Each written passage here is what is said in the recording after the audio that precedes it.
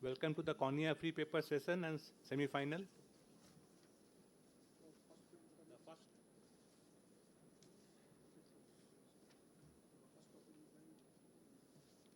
The first presentation will be by Dr. Avani Haryani.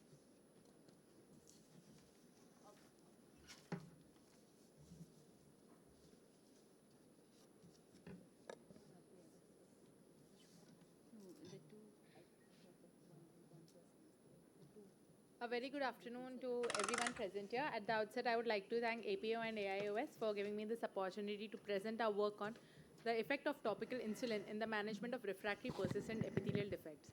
Normal corneal epithelial wound healing takes place via the XYZ hypothesis. The normal rate takes around 7 to 14 days.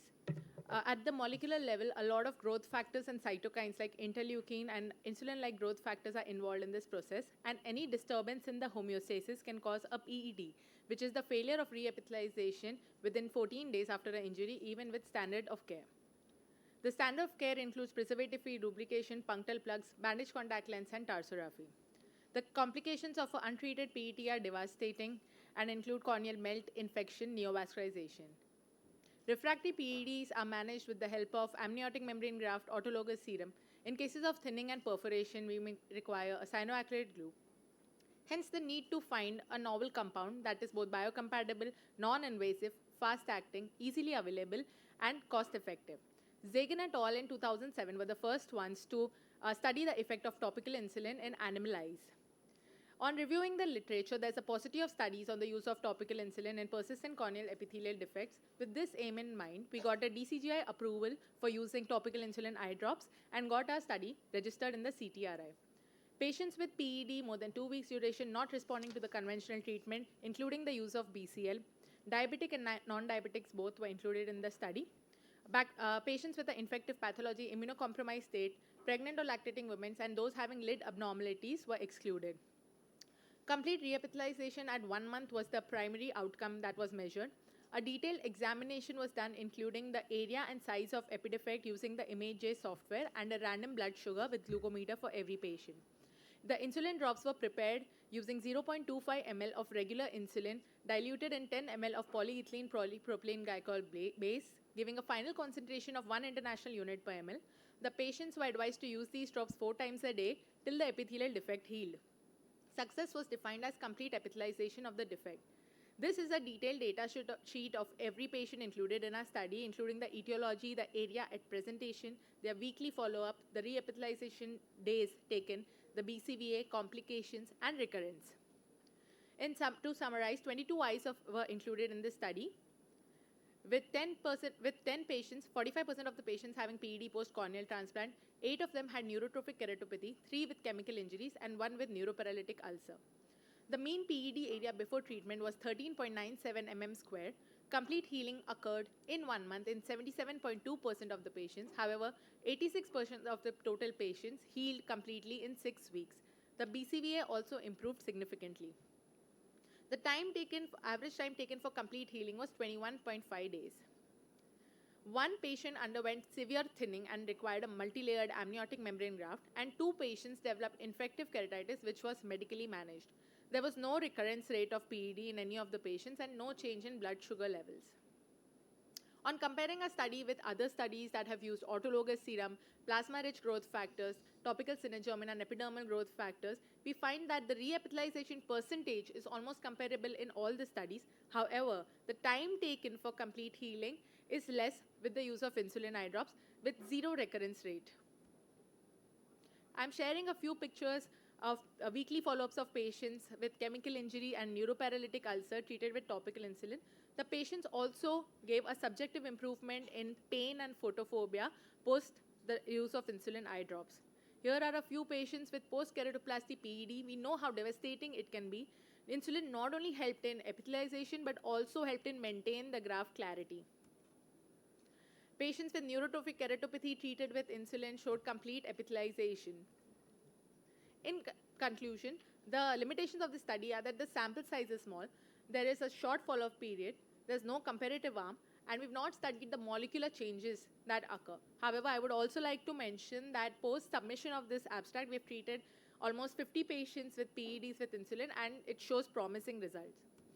To conclude, insulin can be a game changer in treating refractory PEDs because it's cost effective, easily available, fast acting, and the choice is yours. Either use it as a first line or for the treatment of refractory PED. Thank you. Nice presentation. How does topical insulin act? So insulin acts on the insulin-like growth receptors that helps in epithelial cell migration and proliferation, along with, and it also, it's known to reduce the inflammatory cytokines like interleukin-1 and interleukin-6 and decrease transforming growth factor beta. Yeah, good presentation. What was the vehicle you used for insulin? Ma'am, we diluted it in polyethylene glycol PEG base, but however, there have been reports of using it in normal saline also. And the main advantage is that insulin does not require refrigeration, and its shelf life is 1 month. And the one patient which did not respond, you said had a melt. What was the eventual fate of that patient? What was the patient underwent amniotic membrane graft and simultaneously required a cyanoacrylate glue. When the inflammation subsided, he underwent optical penetrating keratoplasty. There are some commercially available topical insulin from Intod Pharma. So that is right now. Before, when we did this study, there was no available. Even we've been approached by pharmaceutical companies, but when this study was done, there was nothing. So which insulin did you use? Was it the Okay, thank you. which? Regular insulin, ma'am. Yes. Thank you.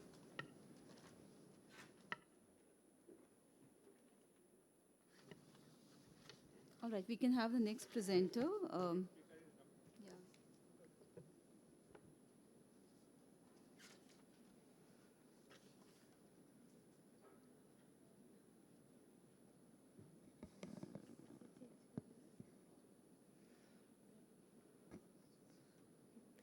Very good afternoon to all of you present here. I am Dr. Pankti Butt, Junior Resident from the Department of Ophthalmology, AIMS Rishikesh, and I am here to present our study on comparison of microbial findings of corneal scraping and back button scrapings in patients undergoing therapeutic keratoplasty. So, microbial keratitis is one of the leading causes of blindness worldwide, and therapeutic keratoplasty is the preferred treatment for corneal perforations and non-healing ulcers. Post-operative targeted treatment can be aided by preoperative corneal scrapings, microbiological cultures, and histopathology. But preoperative scrapings often fail to identify the cause of the infection due to prior use of multiple medications as well as topical steroids. In such cases, scrapings taken from the back of the back surface of the infected cornea during surgery can provide additional information. So the aim of our study was to correlate the microbial findings of preoperative corneal scrapings and postoperative back button scrapings in patients undergoing therapeutic keratoplasty. Our study was a hospital-based retrospective observational study done on patients who underwent therapeutic keratoplasty in the Department of Ophthalmology, AIMS Rishikesh, from August 2019 to February 2024. Ethical approval was taken from our institute. We included patients who underwent therapeutic keratoplasty in whom preoperative scrapings as well as back button scrapings was done, and patients with missing clinical or microbiological data were excluded from the study. Corneal scrapings and back button scraping samples were sent for gram stain, QH stain, fungal culture, and aerobic culture, and the results were compared. The mean age of our patients was 42.71 years plus minus 8 years with a male to female ratio of 1.8:1, and the most common reason for TPK being non-healing corneal ulcers in 72.6% of the patients. The total scrapings positive were 48.5%, in which the corneal scrapings positivity was 26.52% as compared to the back button scraping positivity of 34%. In corneal scrapings, 22.8% patients showed bacteria on corneal scrapings as compared to 77.1% which showed fungi. And in back button scraping, 13% patients showed bacteria on back button scraping as compared to 87% which showed fungi. This is a 2 by 2 comparison table between the corneal scrapings and the back button scrapings, which shows that the back button scraping positivity is significantly higher than the preoperative corneal scraping positivity. Our results demonstrated a significantly higher positivity rate for back button scrapings as compared to the corneal scrapings at the time of surgery. The increased positivity in back button was especially seen in patients of fungal keratitis, as fungi are more likely to penetrate the deeper layers of the cornea. In 23.9% of cases, different organisms were identified in preoperative corneal scrapings and back button scrapings, which highlights the complexity of microbial keratitis and the potential presence of mixed infections. So in a study by Das et al. In 38 patients of therapeutic keratoplasty, the culture positivity of corneal scrapings as well as corneal tissues were compared. In a study by Savitri et al. In 1,000 patients of microbial keratitis, the sensitivity of gram stain and QH stain was seen, which was seen to be similar in our patients as well.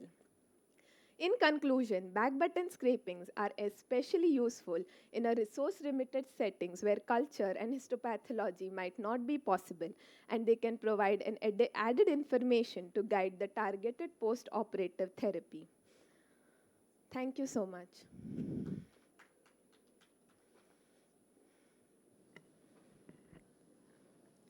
Yeah, good presentation, Pankti. So Thank you, ma'am. one question, you included some cases which had a perforation.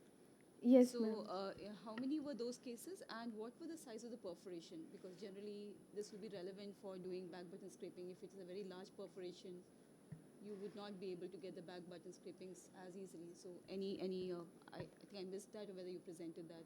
It's relevant in this setting. Ma'am, in 23% cases were of corneal perforations, and the routine clinical acumen was used in patients where larger perforation, in larger perforation where glue BCL cannot be done, we did a therapeutic keratoplasty. I presume that the two scrapings were not done on the same day. So one was done much pre-operatively. No, ma'am. Some therapy must have been tried, or We did a preoperative corneal scraping on when we admitted the patient 1 day prior to surgery, and then the post-operative back button scrapings were taken on the day of surgery. but don't you think they've undergone some form of therapy while waiting for the cornea, and and the positivity might be affected because they're already on drugs, topical drugs?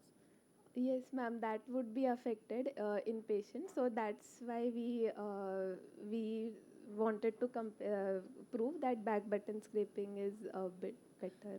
Wouldn't it have been better to have a treatment naive patient pre-operative and then post-operative compare it maybe? Yes, ma'am, probably in further studies. Thank you, Pankti. We can Thank have you. the next presenter. And Sharon, you could join on stage.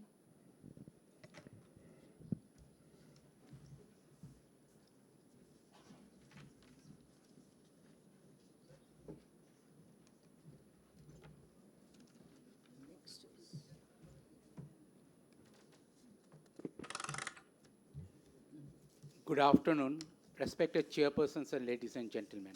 My free paper is on deep digital learning with virtual staining in fungal corneal ulcer. Myself and my co-author do not have any financial disclosure to make in this presentation. This is purely an academic one. Well, ocular mycosis affecting cornea can be seen grossly in slit lamp by using in vivo stain such as fluorescein strip or sometimes solution fluorescein. We have seen innovative in vitro fluorescein stain in raw specimen and published their data in 2020 at IGO, and we had studied a green laser in fungus. This is unpublished, and I presented it in Kolkata AIOS last year. Light is a form of energy, and design of microscope is to utilize the energy to our advantage.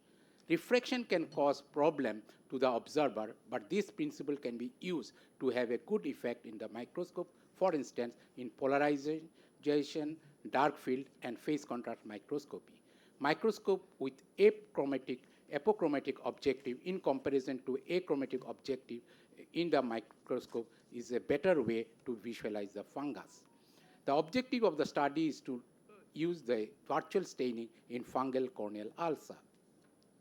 This was institutional ethics committee approval was taken for the study.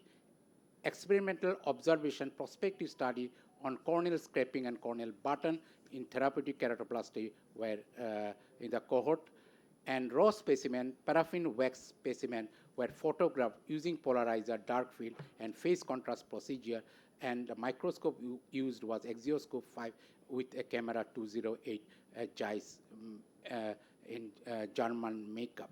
Now, these were compared with histopathological staining, and spatial staining with Grocott's methylamine and silver staining was done.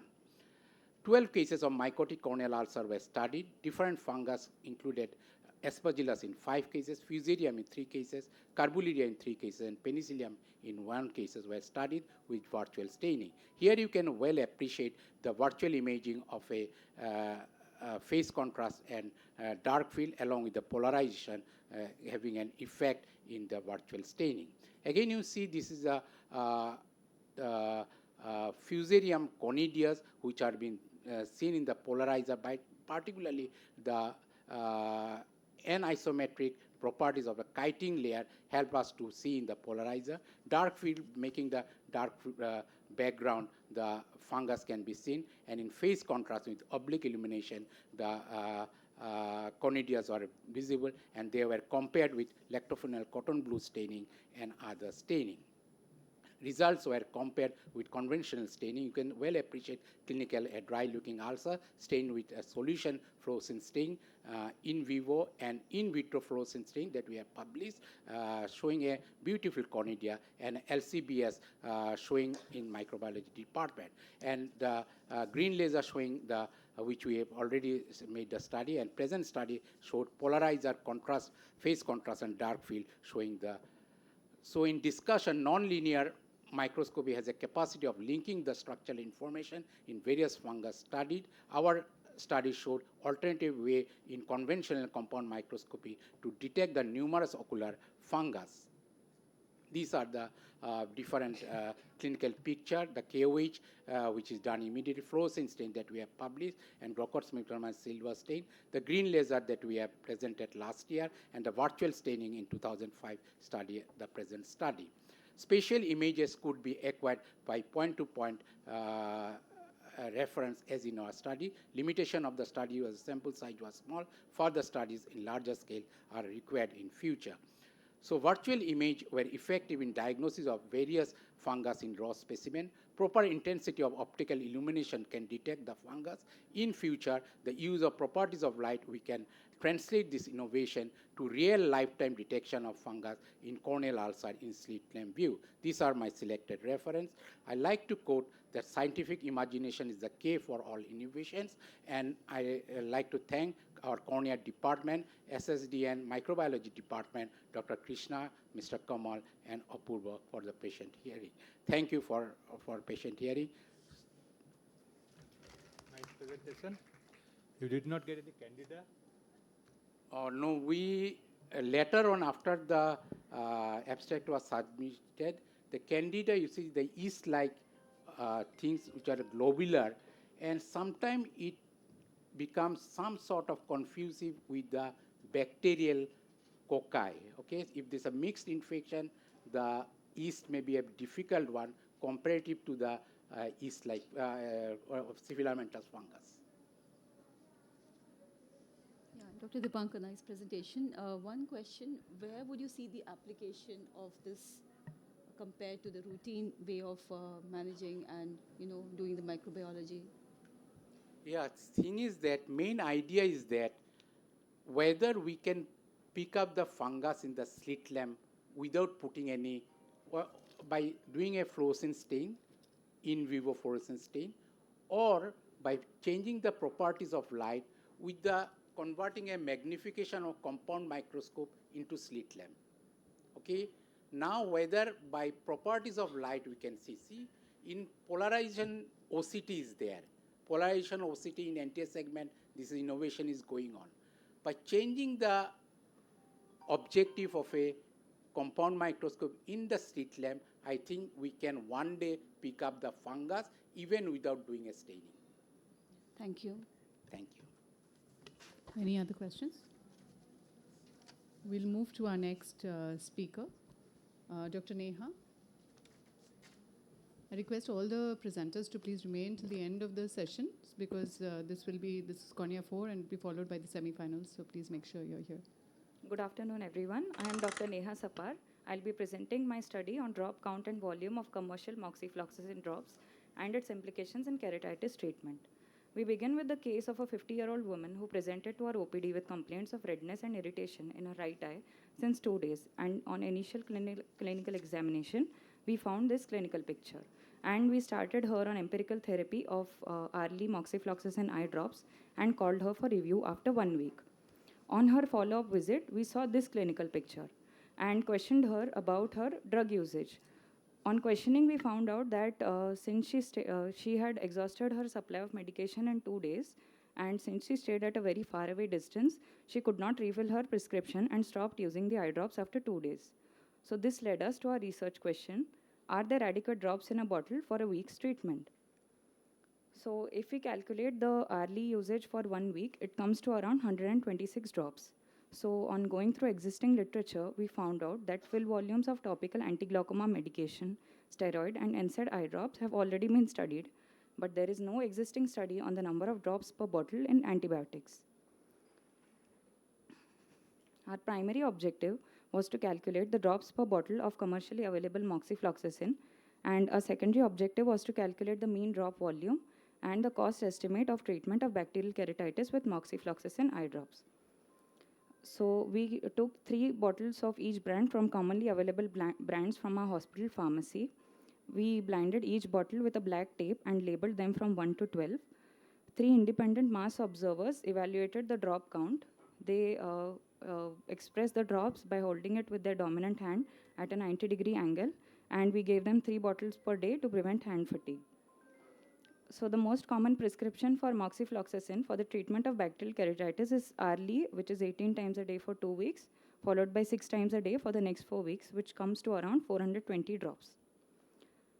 So we found out there was a great variation in the drops per bottle, as we can see, the drop volume, and also the cost of treatment of bacterial keratitis. To summarize, the drops per bottle varied from 104 to 174. The drop volume varied from 29 to 48 microliters, and the cost of treatment varied from rupees 185 to rupees 1,536. So we found that only 4 out of the 12 brands had adequate drops for a week's treatment, and premature exhaustion of the drops could lead to poor compliance and serious visual outcomes. So this variation is mainly due to the different drop volume. And also it is pertinent to note that the conjunctival cul-de-sac is only 30 microliter. So any excess volume will only be wasted. It won't be of any use. And larger drop size does not lead to better treatment. There are various factors which affect the drop size, such as the dropper design, the surface area of the orifice, presence of an annular orifice, physicochemical properties of the solution, such as viscosity and surface tension. Greater surface tension leads to larger drop volume. And also patient usage characteristics, because according to a study by Ikeda et al., they found that only 70% of initial attempts lead to successful installation in the eye, and also the way in which the patient will instill the drops into the eye, these can also affect.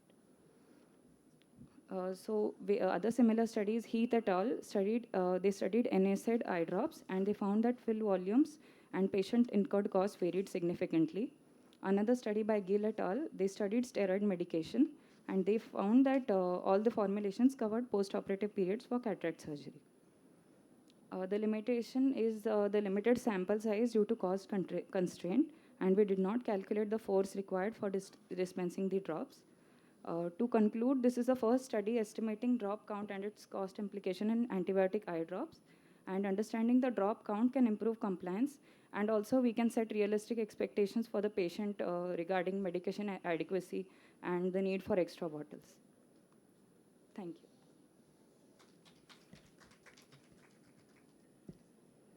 So one question, so when the bottle tip was open, nozzle was open, so how was it open? Because even that will have, there are a lot of variabilities I realize would be with the, Yeah, the yeah. drop, number of drops. One is the pressure what you apply, one is Yes. the nozzle, Yes, how, ma'am. what the caliber, Yes, opening, all these are the variabilities, and whether it's only one person who's doing that. and Three, whether ma'am. it's- 3 people. Because there's a fatigue sets in. Yeah, and yes, all ma'am. those So things are we also gave there. them. So- Yes, ma'am. We so gave tip, them. what is the, what was Ma'am, the bottle itself will have the. with that it was With done. that itself, yes, ma'am. And some bottles will have like the hole will already be there. So we didn't mention that in our study, whether it was the hole was already present or it was. We didn't study that, ma'am. Have you counted for day and night also? 24 hours counted? No, ma'am. Huh. Just 3. It doesn't take Only much in time, ma'am. daytime. Just maybe 10 to 15 minutes, ma'am. Just 3 bottles per day. So.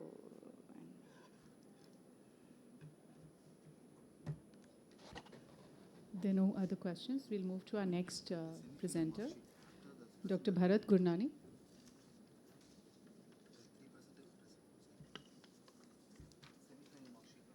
There were 4 sessions. This is the 4th one, so we have to enter the finalist. Good afternoon, respected judges, and good afternoon, everyone here. I'll be presenting my study on innovations in corneal ulcer diagnosis, evaluating the multi-model ChatGPT model using entry-segment images. It's a simple study done on AI-based model. I have no financial disclosures or conflict of interest to make. As we all know, corneal ulcers are a significant cause of morbidity and vision loss. The etiology is diverse, including bacterial, fungal, viral, protozoal, and sterile inflammatory processes. Complications can result such as stromal necrosis, perforation, endophthalmitis, and can result in blinding sequelae. Early and accurate diagnosis is therefore crucial to give correctly timely treatment. And traditional modalities rely on slit lamp cultures and PCR-based diagnosis, which require trained personnel and well-equipped laboratories. So artificial intelligence has recently emerged as a promising tool for disease diagnosis, screening, and management. Deep learning models have also demonstrated high accuracy in diagnosing diabetic retinopathy, glaucoma, AMD. AI applications have expanded into various pathologies and entry segments such as keratoconus detection, corneal topographic images. However, the application of AI in corneal ulcer diagnosis remains an evolving area with limited availability of large, well-annotated datasets to train supervised models.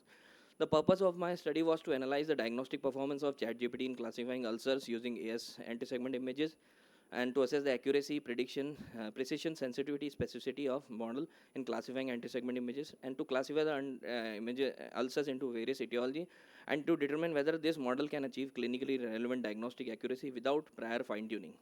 It was a retrospective study done during Jan to June 2024.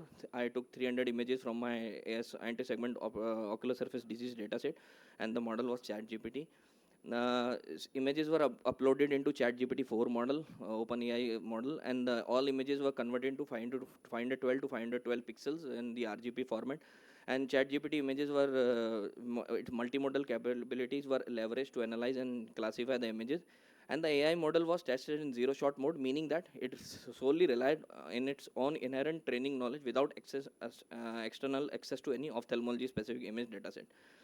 So the binary classification was used whether to classify the ulcers into likely corneal ulcer or non-corneal ulcers, and image was uploaded into the format, and confusion matrix was constructed, and also the type of ulcer was evaluated. So this is an example how the image was uploaded, and the question was asked whether it's a likely ulcer or non. And next, the etiology was also calculated. The etiology was also deduced from the model. So the accuracy of the data set was 85%, the sensitivity was 60%, the specificity was 90%, the precision was 55%, and the F1 score was 0.57. And we constructed the confusion matrix, which looked like this. There were 90 actual corneal ulcer cases, which were predicted as true corneal ulcers. The true positive were 90. The actual corneal ulcer cases, which were there were 60 actual corneal ulcer which were predicted as non-corneal ulcer. The false negatives were 60, the false positive were 15, and the true negative were 135. So there was actually a total of 150 ulcers and 150 non-corneal ulcer cases out of the anti-segment database. The ROCO curve was calculated, and the area under the curve was 0.8, suggesting good overall diagnostic performance. The model performed well in excluding non-ulcer cases as well. Out of the data set, the bacterial ulcers constituted 50, the fungal were 40, viral were 25, and acanthamoeba 15, murans were 10, and neurotrophic ulcers were 10. And we also break down the misclassified corneal ulcer cases. There was 45% cases which were severe infiltrate and hypobian were misclassified. Corneal ulcers with vascularization, false positive were 20%, and stromal haze and subtle epithelial defect were 35%. So coming to the discussion, findings of this study demonstrate considerable potential in diagnosing ulcer. The model exhibited good diagnostic accuracy, specificity, and sensitivity. This suggests that LLM models may have inherent ability to process visual information and to give diagnostic interpretation. It lacks task-specific training on ophthalmic images. Previous studies have used in AR in diabetic retinopathy, glaucoma, keratoconus, fundus photography screening, but in entry segment images still largely unexplored. Lee et al. Imaged 5,000 patients and give 92% specificity. Zhang et al. 87% sensitivity. In comparison, our model performed very well. There were few limitations like high false negative rate, stromal defects and epithelial defects were misclassified. Chronic ulcer with vascularization show high false positive rates, and the ulcers were misclassified, some ulcers were misclassified. So coming to the take-home message, the study demonstrated that ChatGPT achieves an accuracy of 85% with high specificity, but moderate sensitivity in identifying ulcer cases using ASI images. The model's ability to exclude non-ulcer cases suggests application in screening and triage settings. The higher false negative rate highlights the need for further optimization before real-world implementation. Compared to traditional model, ChatGPT perform competitively in specificity, but require fine-tuning. And further research focus on integrating ophthalmology-specific data and multimodal input and hybrid AI model to enhance diagnostic performance. Thank you.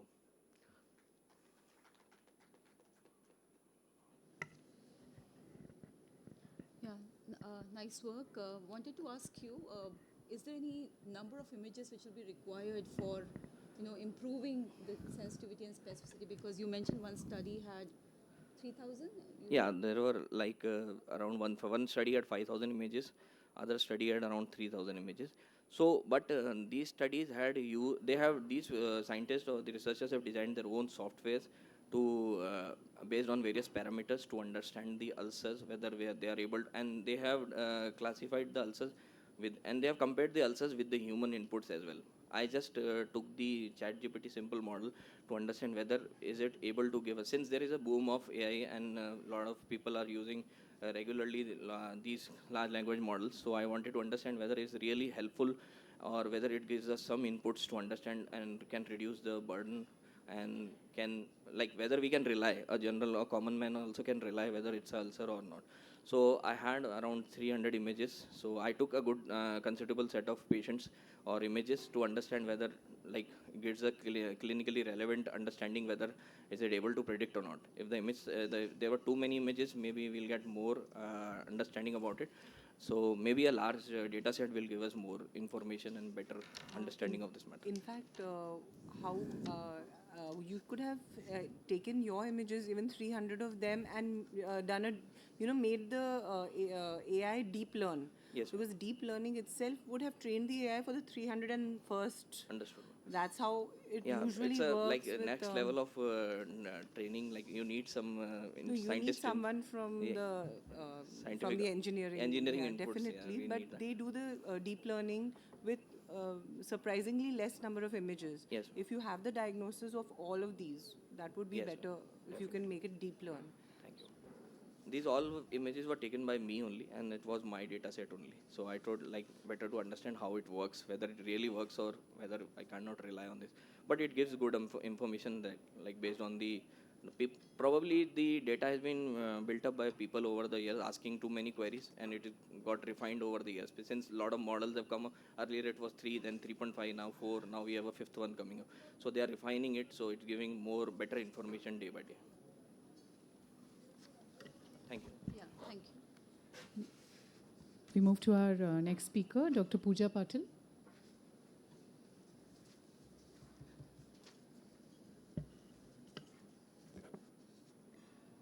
Good afternoon, everyone. I would like to thank AIOC and EPOA for giving me this opportunity. So today I'll be presenting my study on clinical outcomes of surgical management in recurrent corneal erosions. Recurrent corneal erosion is not only an incidental disease but often a chronic and relapsing condition posing challenges to both the patients and the clinicians. So patient usually presents with a previous history of ocular trauma or corneal dystrophies, and the pathophysiology is generally attributed to anomalous structural findings in epithelium, basement membrane, and Bowman's layer. So the aim of our study was to assess and compare efficacy in resolution of symptoms, recurrence rates, and complications among various techniques in the surgical management of RCE.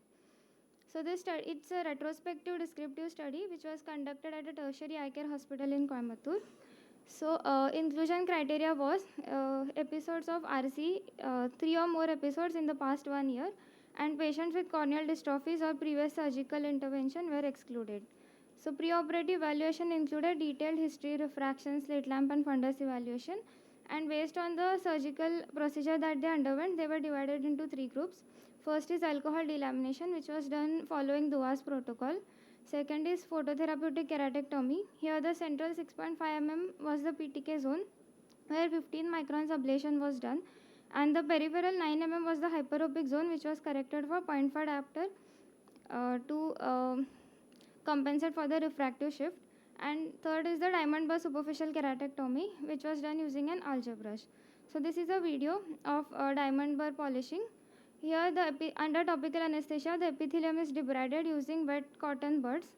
Then a 5 mm diameter diamond burr is used to polish the anterior stroma. So the polishing is only limited to the anterior stroma, and care is taken not to induce irregular topography by applying undue pressure or staying at a single area for longer time. This creates a smooth surface which will help in faster epithelialization. Then the case is closed with antibiotics and bandage contact lenses. So post-operatively, topical antibiotic drops and lubricants were given and BCL was put. Additionally, topical steroids were added after the epithelium healed to prevent subepithelial haze, and patients were followed up for 3 years. So 30 eyes of 30 patients were included, out of which 5 underwent alcohol delamination, 11 underwent PTK, and 14 underwent DBSK. At 10 days follow-up, epithelial defect healed in all 30 eyes, and resolution of symptom was also seen in all patients. At 1 month follow-up, mild subepithelial haze was noted in 2 patients of alcohol delamination and 4 from PTK group, which was managed medically and resolved at 2 months. BCVA was similar to pre-op BCVA in all cases. So in alcohol delamination group, 4 out of 5 patients showed recurrence, which were so 2 of them were managed with DBSK and did not show recurrence thereafter. 1 patient in the PTK group showed a recurrence which was managed medically, and there was no recurrence seen in the DBSK group. Dua et al. Reported a success rate of 92% following treatment with alcohol delamination, with only 1 treatment failure. However, in our study, almost 80% patients showed recurrence at the end of 1 year, indicating higher failure rates in our study. LC Chan et al. Reported no significant differences in PTK and alcohol delamination in terms of resolution of symptoms, recurrence rates, and post-op haze. Studies have reported a recurrence of 42% after PTK. However, in our study, only 9% patients showed recurrence, indicating a better outcome in our cohort. Wong et al. Reported that DBSK had significantly less recurrence rates as compared to epithelial debridement. In our study, there was no recurrence seen in the DBSK group. Also, there was no significant post-operative haze, so reinforcing the better results with DBSK. The strengths of our study were the comprehensive design. We studied alcohol delamination, PTK, and DBSK directly. Also, the follow-up period was for 3 years. However, patients with corneal dystrophies were not included, so these results cannot be extrapolated for them. To conclude, alcohol delamination shows good resolution in the immediate post-operative period but has higher recurrence rates. Comparatively, PTK and DBSK has good resolution with minimal recurrence rate. Additionally, DBSK requires little surgical skill and a very inexpensive equipment, making it a preferred modality in patients with RC not responding to medical management. Thank you.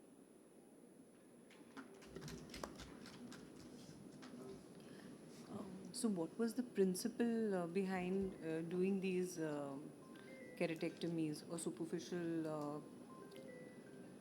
burring for the cornea? What is the principle? What is the microsurgical or the anatomical principle behind it? Ma'am, there is usually Why do erosions happen in the first place? because there is problem in the basement membrane of epithelium, which will lead to defective adhesion of the epithelium to the woman's layer. So by So doing what are those? hemidesmosomal attachments are defective.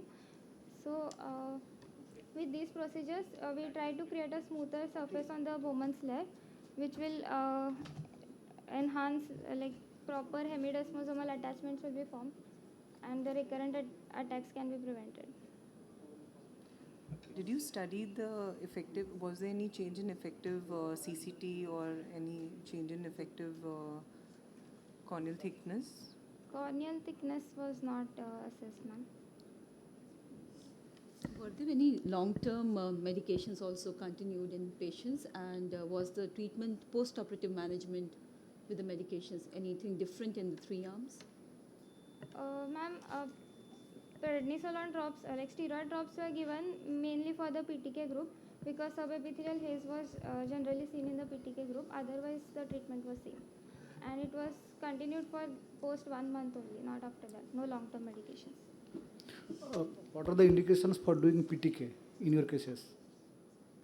Why do you need to go for a DBSK? Only PTK, why did you go for that? Because it is more cost, that means It's more expensive. expensive, no? Sir, actually it's a retrospective study, so the treatment was decided by the surgeon at that time, depending on the affordability of the patient. So there was no form of randomization. There was no reasoning behind using one over the other.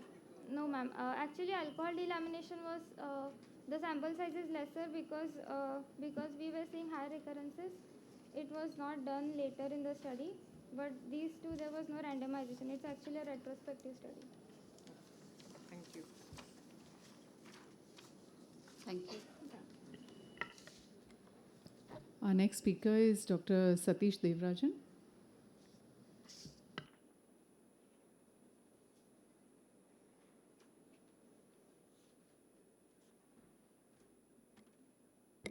Good afternoon.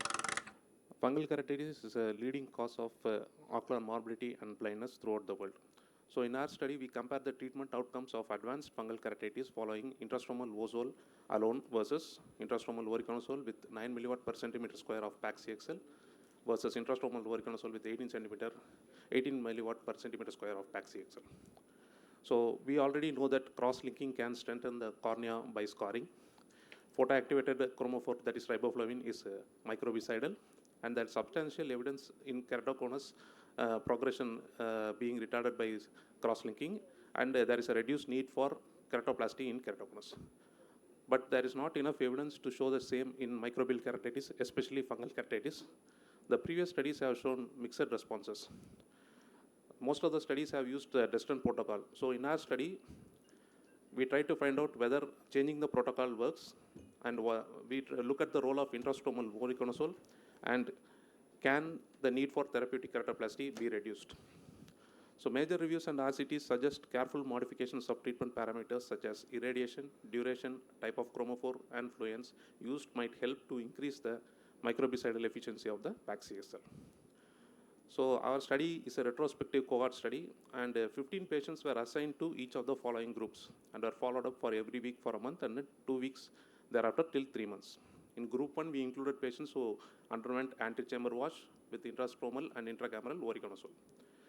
Group 2, we added 9 milliwatt per centimeter square for 10 minutes of PAC-CXL, and in group 3, along with this, we added PAC-CXL for 5 minutes with the fluence of 18 milliwatt per centimeter square. So we included all the patients who had microbiologically proven fungal keratitis who were refractory to medical management with an ulcer size of up to 8 millimeters of diameter, not involving the limbus with or without hyperion. Informed consent and IRB approval were obtained. We excluded patients with a large descemetocele perforation or limbus involvement. And we also excluded patients with viral keratitis or other forms of parasitic keratitis. We excluded autoimmune diseases and ophthalmitis, pregnant or breastfeeding patients, patients who are less than 18 years, and patients who are not coming for follow-up.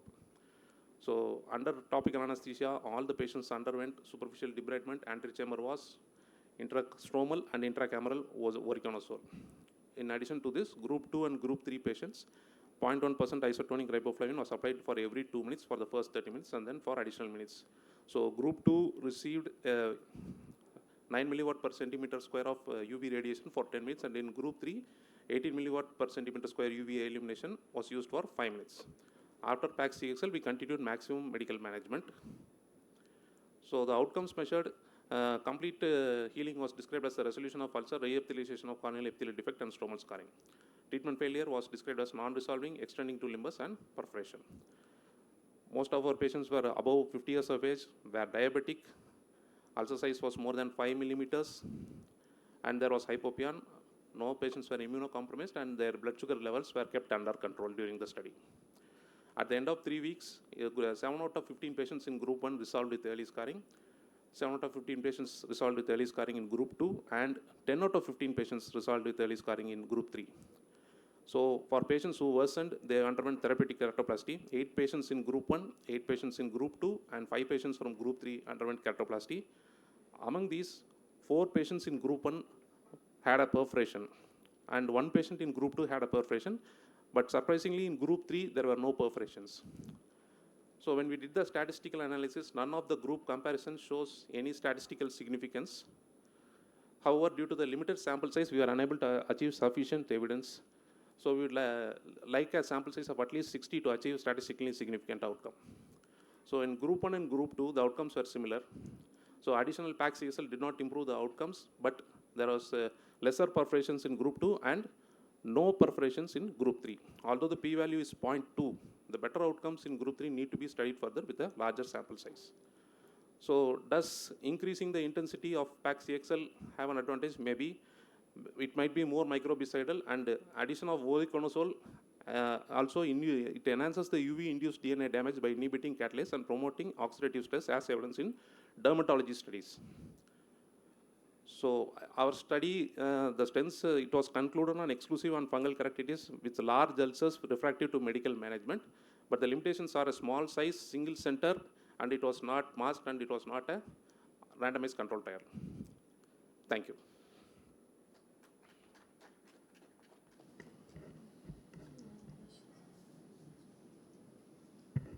Good presentation, and I want to ask, like, following PAC-CXL, was BCL also applied in the course of management? No, ma'am. Because we left, since it is an infected case and we wanted to continue medical management, we didn't put BCL, ma'am.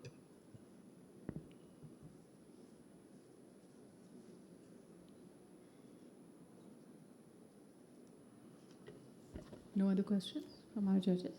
Thank you. We move on to our next presenter, Dr. Nisha Rani.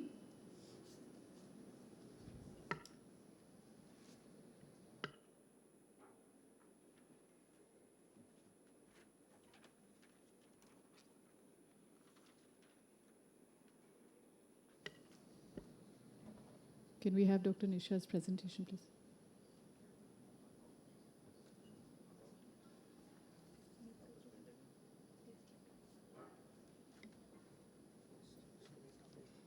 Okay, since, there seems to be some technical challenge. Till she's getting it ready, we'll move to the next speaker, Dr. Anil Radhakrishnan.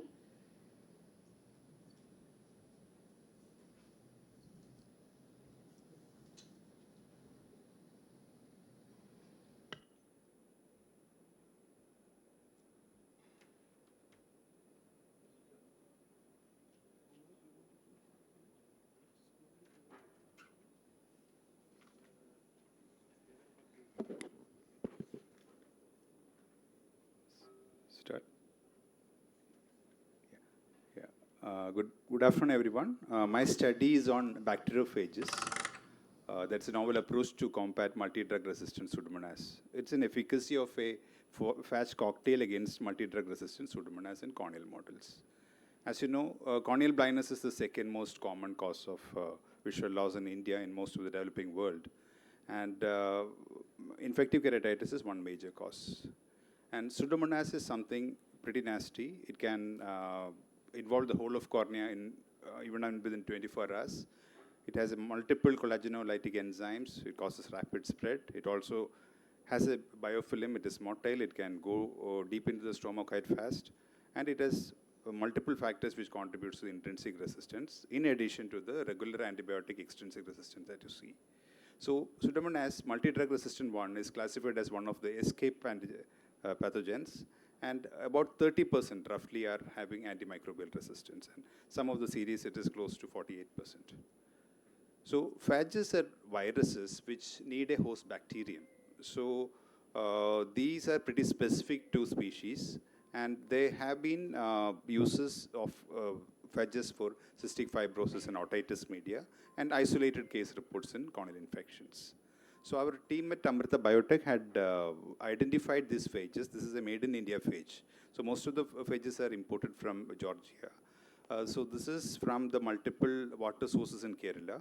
And they found that it is pretty effective. As you see in this slide over here, the plain one is the Pseudomonas culture, and other one is the one with the phages. You see multiple speckle pattern. So, and in their study, they found that the multiple phages were isolated, AMP 2 to 9, and they found that a combination of 2, 4, and 5 is the most effective one against the multi-drug resistant Pseudomonas. So, aim of our study was to evaluate the efficacy of this cocktail against multi-drug resistant Pseudomonas. So, this multiple methods were used to basically collect that phages and concentrate it well, enrichment broth, then centrifugation, which I'm not going to the details. Then the bacteria were filtered out. So there is a protocol laid out by Case and et al. For double agar overlay to have the phages grown. And basically, the samples were incubated and again centrifuged, and phage pellets or concentrated phages were made. So the most effective phage cocktail, 2, 4, and 5 in the ratio of 1:1:1 was used. To produce the corneal infection, we made from the cadaver corneas, we put it on the DMAM agar, 1%. Once it is solidified, it was reversed. It is also well described, I think, by the team from Britain. It was a 24 mm, it was put in the 24 mm well, it was filled with DMEM, and then 3 multiple scratches were made, and Pseudomonas culture was put for about 3 hours, following which the phage cocktail was kept on the cornea within the well for about 10 hours overnight. So at the end of the next day morning, it was homogenized, and the resulting suspension was spotted on LB plates for colony enumeration. So 4 corneal buttons were used, 1 in each pair serving as a control. And this was done in multiple concentrations also. So when we look at the pairs, the first pair showed this large opaque colonies, flat ones, and in the phage treated it was virtually absent. Similar result in the second pair also, and only in 10⁻⁴ concentration we could see that some of the colonies were there. Third pair also, something similar, and also in the fourth pair. So there is some green color, most likely Pseudomonas pyosine. So we found that about 90% reduction in the colony forming units were consistently seen in all 4 pairs compared to the controls, and it was seen to be highly effective in killing the MDR Pseudomonas. So these are a group of MDR Pseudomonas is a group of pathogens which really need novel antibiotics, and as industry is shying away from investing in newer antibiotics, we have to look beyond other agents. So this particular cocktail, which was sourced from India, it is helpful and is found to be effective against MDR Pseudomonas. I would acknowledge to our Amrita Biotech team who has done this phage isolation. Thank you. Very nice work, Dr. Radhakrishnan. So one question, what is the impact of these phages on the cornea per se? Okay. Is it known? So, Because No, we really, I think safety studies really have not been done on the cornea. That is true. But people have compassionate use has been done. Even in pneumonia and all that, it has been done. There is a CPT, compassionate phage trial. They import it from Georgia and use it. I think that's based in Bangalore. They are using it actually. And I think it is quite often used by infective medicine people. Not very much in cornea. That is true. So they say that I think just like in soil, you have a lot of bacteria and a lot of viruses. So usually phages really outnumber the bacteria that is present. So that is there in every surface. So even in cerebrospinal fluid and peritoneal fluid and all, they have isolated phages. Thank you. Dr. Nisha, are you ready with your presentation?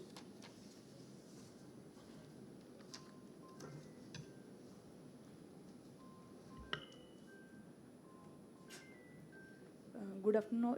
So I will be talking about clinical features, trends of antibiotic resistance and outcome in multi-drug resistant Pseudomonas and non-multi-drug resistant Pseudomonas keratitis. There are no financial interests. And as we know, Pseudomonas is one of the most common gram-negative organism associated with microbial keratitis. And we define multi-drug resistant strain as those who are non-susceptible to one or more agents in 7 of the most commonly used class of antibiotics. And in recent years, an increasing trend of multi-drug resistance was noted. So we conducted retrospective analysis of 108 patients over a period of 10 years from January 2014 to December 2023.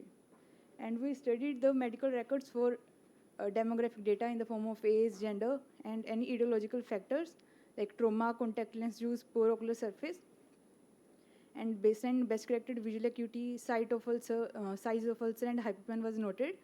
And any associated ocular comorbidity like non-patency of the nasolacrimal duct system was, and also studied the antibiotic sensitivity.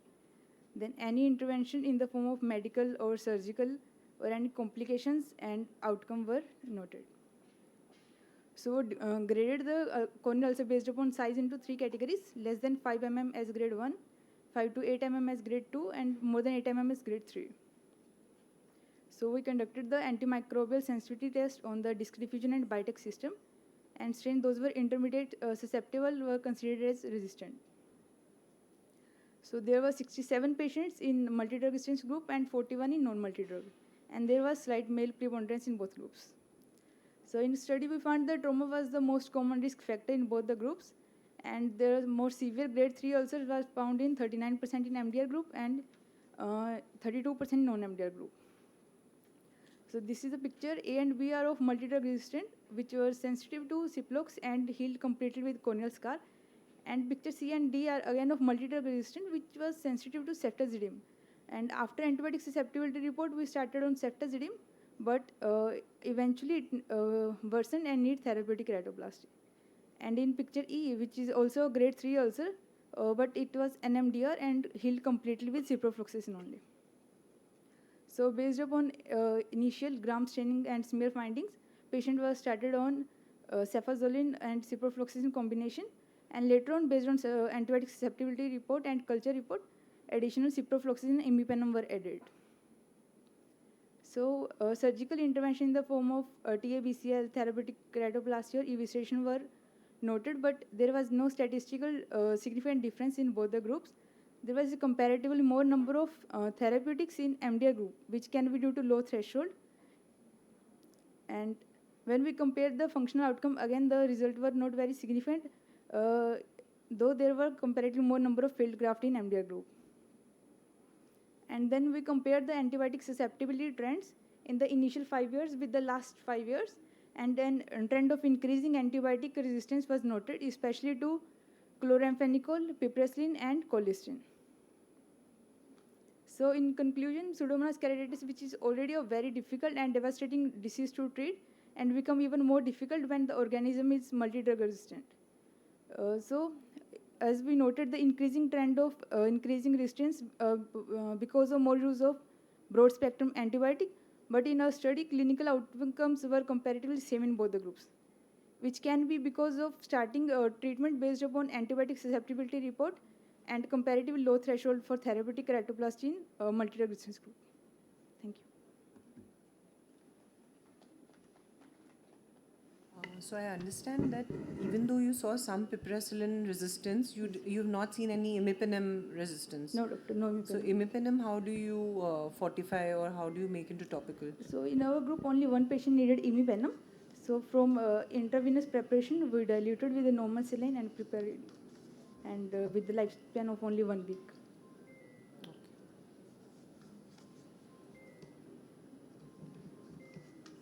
In these patients, all of them were from trauma history, or No, they had a history of some other? No, look, mostly patients have a history of trauma, but some patients have a history of contact lens use and poor ocular surface, and where Sherman's was less than 5 mm, and mainly trauma was the most common. Pseudomonas is one of the most common as a hospital-acquired infection. Yes, doctor. But when it is trauma, the other range of organisms are more common. Yes, doctor. In the previous study by Dr. Vazirani and all, in their group they found contact lens use as most common factor, but in our study we found trauma as the most common risk factor. We'll move to our last talk for this session, Dr. Afreen Bari.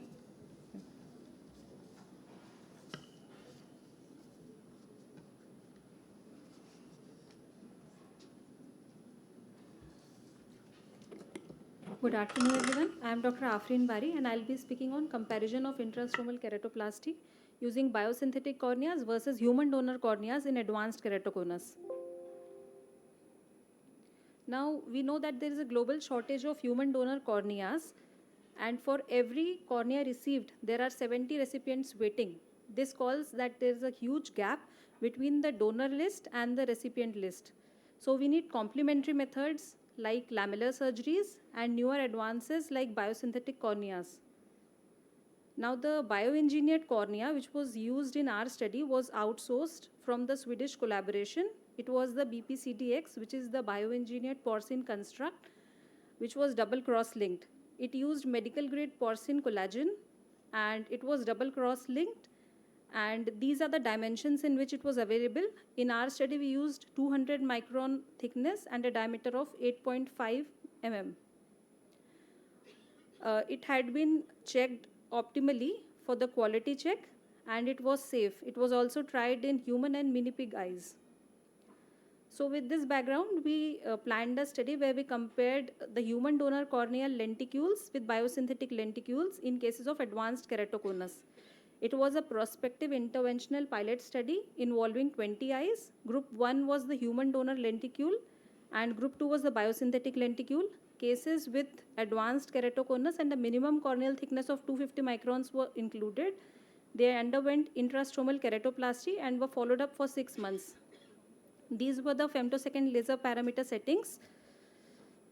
This is a video of one of the cases, that how the intrastromal pocket was created at a depth of 120 microns.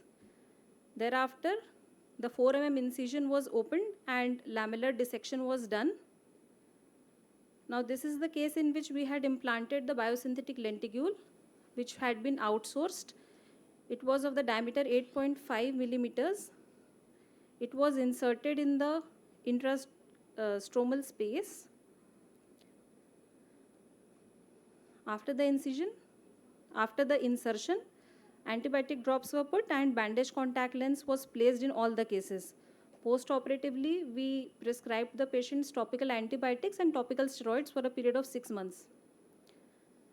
Now coming to the results, the baseline parameters of both the groups were comparable in terms of their vision, the keratometry and pachymetry. The best corrected visual acuity of both the groups improved, and they were comparable at 6 months. There was flattening of the keratometry in both the groups, and at 6 months they were comparable. Even the reduction in astigmatism in both the groups were comparable at 6 months. The posterior elevation decreased in both the groups. It was lower in the biosynthetic group at 6 months follow-up. The total corneal aberrations had decreased comparably in both the groups at 6 months. Coming to the corneal thickness, the central corneal thickness was higher in the biosynthetic lenticule group. It was also associated with the increase in the thinnest pachymetry, which was higher in the biosynthetic lenticule group. Even the lenticule thickness, which was 200 preoperatively in both the groups, it was higher as observed at 6 months in the biosynthetic lenticule group. Now, this is the representative image of anterior segment OCT of the biosynthetic lenticule group, the preoperative image versus the postoperative image. This is a case which underwent intrastromal keratoplasty with human donor lenticule. This is the preoperative image and this is the postoperative image. Similarly, clinical images of the cases of the representative cases is as follows. This is the biosynthetic lenticule group, and this is the post-operative image. We can see that the corneal thickness has increased markedly. For the human donor lenticule group, this is the post-operative image at 6 months follow-up. To summarize, the biosynthetic lenticule had better pachymetry in terms of improved CCT and thinnest pachymetry as compared to the human lenticule group. Other than that, the reduction in astigmatism, the flattening of the keratometry, and BCVA, these things were comparable in both the groups. There are certain limitations of the study. Since it was a pilot study, the number of cases are less, the follow-up duration is also less, and there is absence of point-to-point pachymetry comparison. To conclude, biosynthetic lenticule is a viable management option and non-inferior to human donor lenticule group, with no chances of graft rejection and graft failure. Thank you. Yeah, good presentation. Wanted to ask you the donor lenticule which you prepared. What were those parameters? Because I think that didn't come up clearly. Ma'am, donor lenticules we prepared using automated microkeratomes. Thickness and all those parameters, were they similar because of the donor lenticule? Yes, ma'am. We used using a microkeratome head of 200 microns. However, it was done in the single sitting. So after we prepared the lenticule, the thickness was not measured. So we assume since the microkeratome heads, it cuts in plus minus 20 microns, we assume it was around 180 to 220. We had planned it so that both the groups are comparable. 200 microns only we had planned taking the human donor lenticule. Even the diameter was similar? Yes, ma'am, 8.5 in both the groups. What is the duration of follow-up you had for these cases? Sir, for the biosynthetic material? So we are still following up certain cases. For the study, we kept it 6 months. 6 months. So you have a 6 months report out here? Yes, sir. And no long-term complications regarding that? Till 6 months, we did not have any complications in both the groups, in both the cases. Reaction and other? No, sir, it was not there. Thank you. Thank you, sir.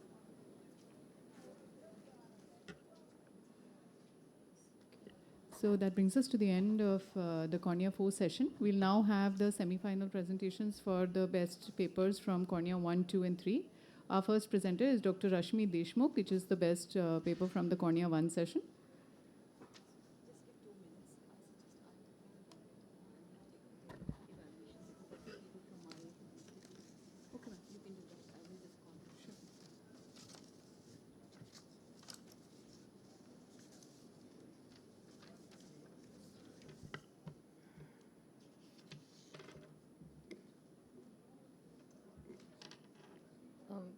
Shall I start?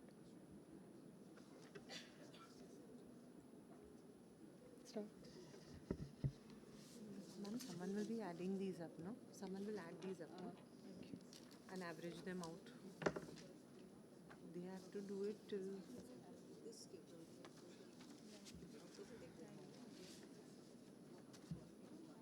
No, someone can do the average while we are listening to him. Someone can average it out.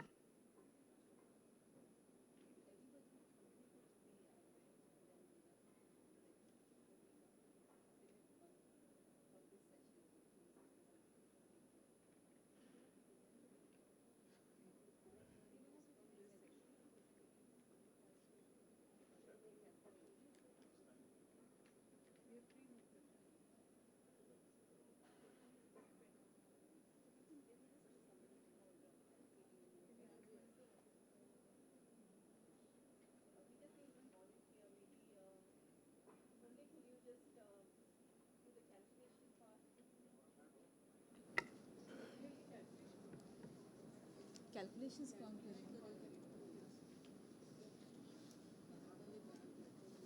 we can have some volunteer, otherwise what do we do? Or I can do it here and then I won't mark but these. you're Yeah, marking. that's what- I can ask Dr. Murali to do it. But they should be neutral, neutral observers. Even I can do it. Are you marking? You're not marking. No. I'll do the moderator. No, so what we want is first you total these and then add everyone and divide.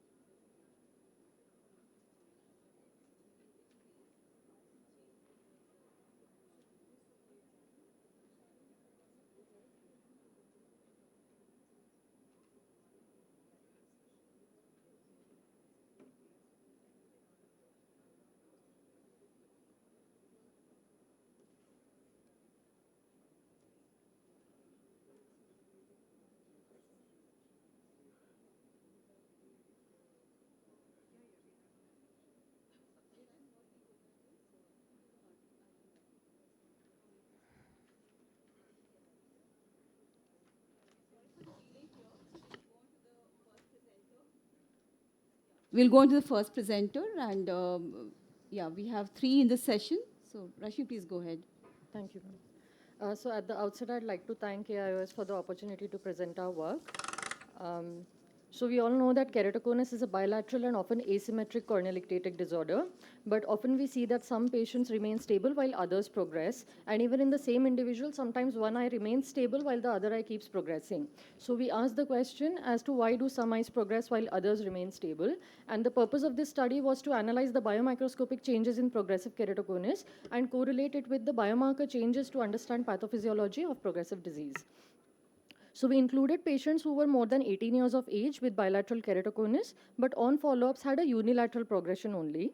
And patients with previous ocular surgeries, patients with allergic conjunctivitis or VKC, patients on topical medications or contact lens users, and patients with hormonal disorders or any kind of hormonal replacement therapy were excluded from the study. The sample size was calculated and found to be 15 in each group, and both eyes of the same individual were used so that the risk factors were similar in the study. So we included 20 patients. That means there were 20 stable eyes and 20 progressive eyes. And in each visit, patients underwent slit lamp evaluation, corneal topography, confocal biomicroscopy, and tear sample collection at baseline and the follow-up visits. So the confocal microscopy image was analyzed using the automated CC-metric software, which annotates the image, and it looks at the nerve branches and the main nerve fibers, and it gives the calculated parameters as such. The tear samples were corrected using the Schirmer strip method, which was stored in Eppendorf tube at -80 until it was seen which eye was progressing and which eye was stable, following which the tears underwent BCA analysis and further ELISA testing to look at the biomarkers. So looking at the confocal results, at the baseline, there was a significant difference in the corneal nerve fiber density, nerve branch density, nerve fiber length, and the total branch density between the stable and the progressive eyes. These were the representative images where the nerve density differences were visualized.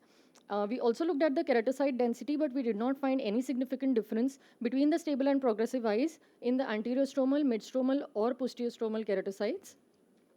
On follow-up visits, we saw that the stable eyes, as compared to the baseline visit, was still not having a significant difference in the parameters of the on the confocal microscopy. But in progressive eyes, we saw that the corneal nerve fiber density, the nerve fiber length, and the total branch density continued to reduce, and this was statistically significant in our study. So we further went ahead and did a correlation analysis where we looked at all the biomarkers to see what was really causing this structural change that we were seeing. So we saw that there was a strong correlation between the subbasal nerve plexus features, and interleukin 2, 21, and CCL2 were the biomarkers which came out as significant. So to delve deeper, between the progressive and the stable eyes, the interleukin 2 and 21 did show statistically significant difference with corneal total branch density. There was a significant strong correlation, which was not seen with stable eyes. Similarly, in CCL2, it was significantly correlating with corneal nerve fiber density, total branch density, and the nerve fiber length, which was again not seen in the stable eyes. So we could conclude that there was a significant difference in the nerve parameters correlating with the tear cytokines in progressive eyes as compared to stable eyes of these individuals. So to discuss further, it was already known that there is a confocal microscopic change in the subbasal nerve plexus features, which is seen in keratoconic eyes as compared to normal eyes. And we also know that there are specific inflammatory biomarkers which are increased in keratoconus as compared to patients who don't have keratoconus. In this particular study, we were able to combine the biomicroscopic changes on confocal and correlating them with the biomarker changes that we are seeing. And we could come up with specific biomarkers which are seen only in progressive eyes versus stable eyes. So to conclude, what we already know is that keratoconus is a bilateral and asymmetric disease, but not all the eyes progress at the same rate. And confocal microscopic changes in nerves as well as keratocytes are seen in keratoconus as compared to normal eyes. But what this study adds is that there's a significant difference is seen in the corneal nerve parameters in stable as compared to progressive eyes in keratoconus. We did not find any difference in the keratocyte density. And interleukin 2, 21, and CCL2 may have a role to play in these structural changes that we are seeing and could be targeted to arrest progression further. Thank you.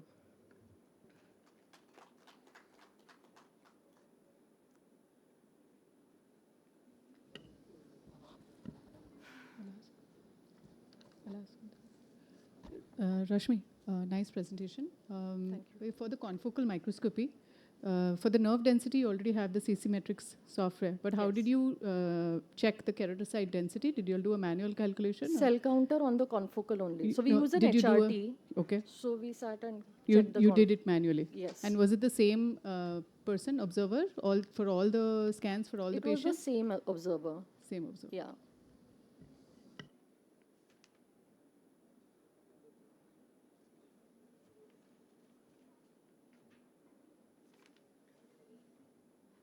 Yeah, we invite the next speaker. Thank you, Rashmi. Dr. Haripriya.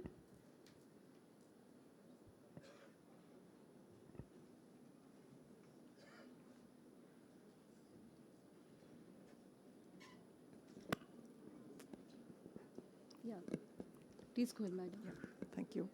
My paper is titled Endothelial Cell Loss Following Phacoemulsification in Eyes with Pseudoexfoliation, 10-year comparative study. Pseudoexfoliation eyes which undergo, the IOLs in the study were donated by Alcon and CTR by Orolab. None of the authors have any financial interest to disclose. Pseudoexfoliation eyes, as we know, when they undergo cataract surgery, they may have some endothelial cell loss. In this study by Hayashi et al., it was about 9%.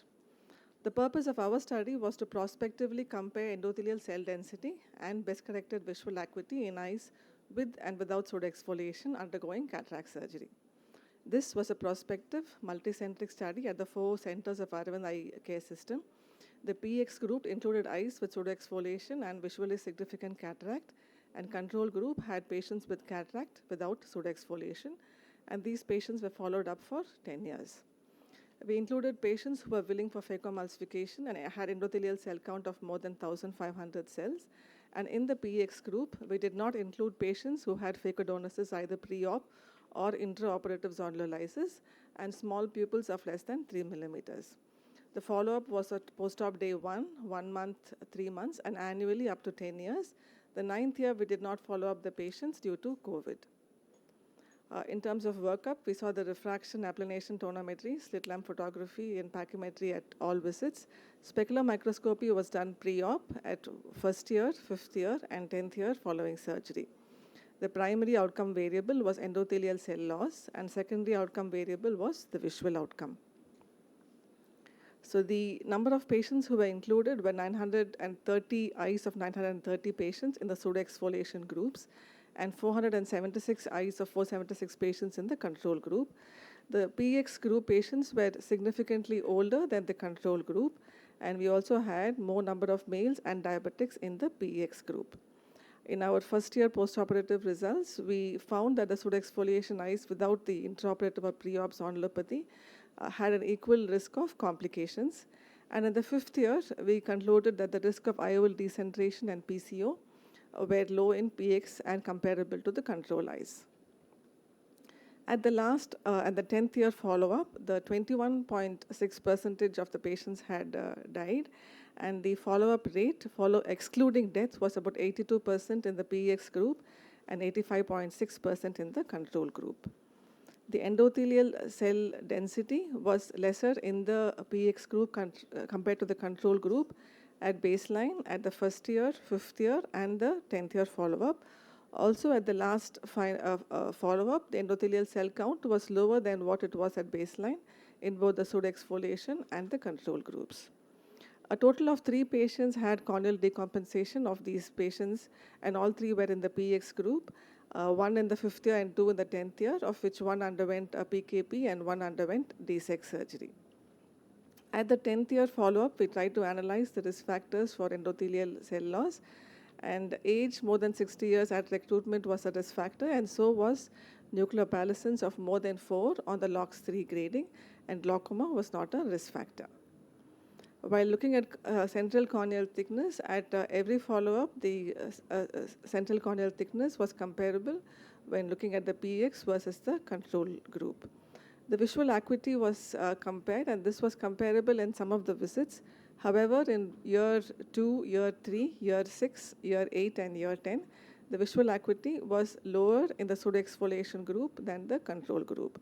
While this was statistically significant, this was not significant clinically because this difference was less than half a line difference between the 2 groups. So in conclusion, in this long-term, large prospective study evaluating cataract surgical outcomes in uncomplicated pseudoexfoliation without small pupils and phacodonosis, the endothelial cell loss was similar in the PEX and the control groups, and the endothelial cell count was lesser in the pseudoexfoliation group compared to the control at all visits. And the visual outcome was marginally better in the control group. However, this may not be clinically significant. Thank you.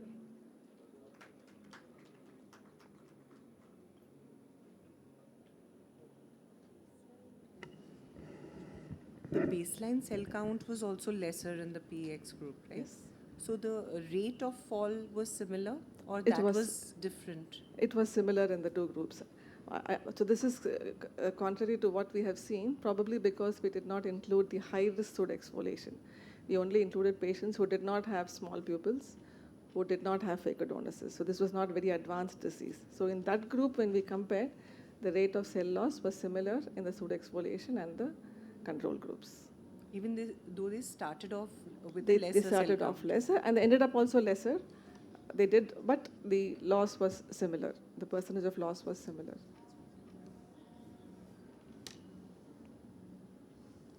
Yes, thank you, madam.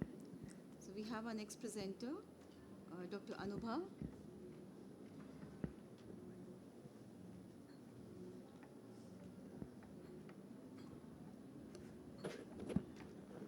A very good afternoon. I will be presenting my work titled, this is not working, the screen. Yeah.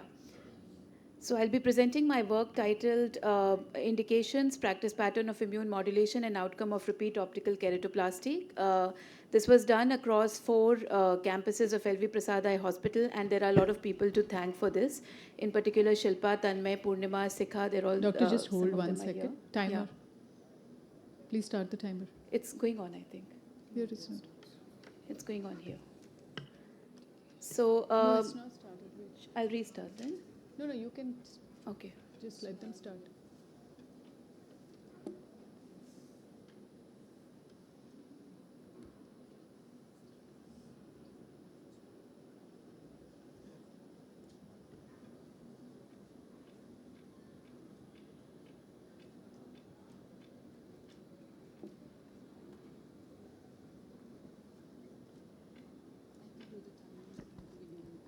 Okay.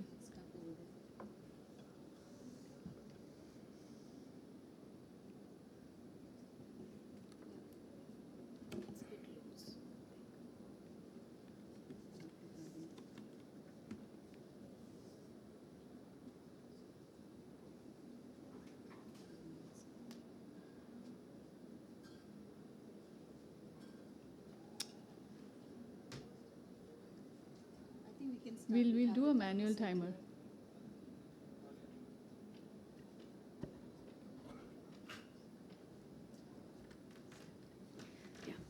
Very good afternoon again. This paper is titled Indications, Practice Pattern of Immune Modulation and Outcome of Repeat Optical Penetrating Keratoplasty. The purpose is basically to determine the indications and how the immune modulation is presently practiced and what are the outcomes. We particularly focused on optical penetrating keratoplasty for a variety of reasons, which I'll just share in the background. So we all understand that graft survival reduces as the number of repeat penetrating keratoplasties increase. But major studies in this regard are more than 2 decades old, and majority of them actually include therapeutic penetrating keratoplasties and lamellar grafts also. So thereby skewing the data. CCTS, which is from 1994, told us that the rejection rates increase approximately 1.2 folds with each extra graft. And Dr. Vanathy et al. In 2005 showed us that in regrafts in particular, the failure rate is close to 47.2%. A very recent study by Dr. Jodh Mehta from Singapore actually studied a PK regraft subset of patients, and this is what even we are focused on. These are 54 patients, and they studied only the first graft outcome, and with a very, very meager survival probability of 43.1. So this adds importance to our paper, and also in accordance with the immune modulation, which actually gains more importance in this particular subset of patients, with the majority of them being monocular patients, and for that reason they've undergone repeat grafts. So there is no consensus in terms of any immune modulation algorithm till now world over. This brings me to the need for this study, and with this objective, we studied patients who underwent repeat optical penetrating keratoplasty over a period of 5 years, and we analyzed the failure, rejection, as well as the factors which were responsible for them. We excluded patients who had undergone therapeutic or lamellar keratoplasty or those who were lost to follow-up. The primary outcome measures were graft survival, which was defined as clear graft at the last follow-up, graft failure, which is loss of clarity of graft at last follow-up, and the secondary outcome measures were time to graft failure and the improvement in vision. So we had 4,454 optical PKs which were performed in the study period in our network, out of which 259, which is 58.1%, were repeat optical PKs. Males were more as compared to females. Coming to the grafts and the indications, more than 4 failed OPKs were seen in 5% patients. And the primary OPK was primarily for a corneal scar, surprisingly a non-HSV scar, as against what is known that HSV corneal scars actually tend to recur and have more repeated keratoplasties. And last OPK was, documented rejection was noted in the last OPK in more than 42% patients. So baseline risk factors which are already known, like more than 2 quadrant deep vessels, were seen in half of our patients, and more than 2 failed grafts were also in around 40% of them. The immune modulation practice pattern, despite these being very high-risk grafts, was preoperatively noted in 19% patients and post-op in 7%. The post-op topical steroids were tapered with a mean frequency of 10 times per day at 1 week, and then gradually by the end of 1 year, they were at almost 2 times per day. The primary outcome measure, which is the graft survival, can be seen here in the Kaplan-Meier chart. The clear grafts at the last follow-up were seen in 38.8% patients, and opaque or failed grafts were there in 61% patients. So 9 patients were lost to follow-up within 1 month, and this Kaplan-Meier chart covered basically 240 patients and 249 patients, while 259 is what we started with. And 1 did not have a proper failed event reported. For that reason, was excluded from Kaplan-Meier chart. The secondary outcome measure, which is the time to failure, is actually interesting and something translational which we can bring to our clinics. The median graft survival time was 36 months, and the survival rate of repeat optical PKs in females was lower than in males with an early failure. The secondary outcome measure, the best corrected visual acuity, it was seen to improve maximally at 1 month and then had a gradual decline, a very gradual decline after the 3-month follow-up. So we continued to do a univariate and a multivariate analysis. In the multivariate analysis, age, presence of non-HSV scar, vascularization, and more than 3 grafts came out to be significant. So I'd like to conclude with the following takeaways: that nearly 60% of optical penetrating keratoplasty performed are repeat grafts, so definitely need more studying, and 39% of them remain clear over a mean follow-up of 31 months. Half of these grafts fail post-rejection and one-third post-infections. And still, the practice pattern of immune modulation is limited to 7 to 20% of these patients. It needs to be studied further, and that is what I would like to recommend, that we need to have randomized controlled trials in this particular subset of OPK followed by OPK patients. And that is the strength of our study, that we did a focus subset analysis. Thank you. So what is your learning from this? Like, what kind of practice protocol would you like to practice now that you've done this study? So that was the entire point, that we wanted to study this subset away from the EK subset, because they tend to skew the data. So the learning that came from this particular paper is that we need immune modulation to be more robust, because the patients in whom immune modulation, so I did an analysis as to in patients in whom immune modulation was given versus patients in whom it wasn't given. I realized that that is another subset of this study, that patients who had baseline higher risk factors among already a high risk were the only ones where we gave immune modulation. So outcome of that may not be the correct way to analyze whether it works or it doesn't. So definitely an RCT is needed in this particular subset, where we can analyze with immune modulation versus without immune modulation, while there may be some ethical aspects to that as well. So this is something which needs to come up next. The second thing is, when the primary graft indications, age of patient, number of graft, when we know already that it's falling in that bracket where the chance of failure is going to be higher, it needs a more robust follow-up as well. So I think that was the second thing I learned. And what about immunomodulation? By that, do you mean steroid or steroid sparing, or what? Yeah, so in the preoperative period, since they are failed grafts, so they have been on topical steroids. For that reason, I excluded the topical steroids from the immune modulation, and I'm talking of steroid sparing agents only. Thank you. Thank you, Anubha. And I think we'll wind up the session. We can have it. But we don't know the list. Okay, thank you.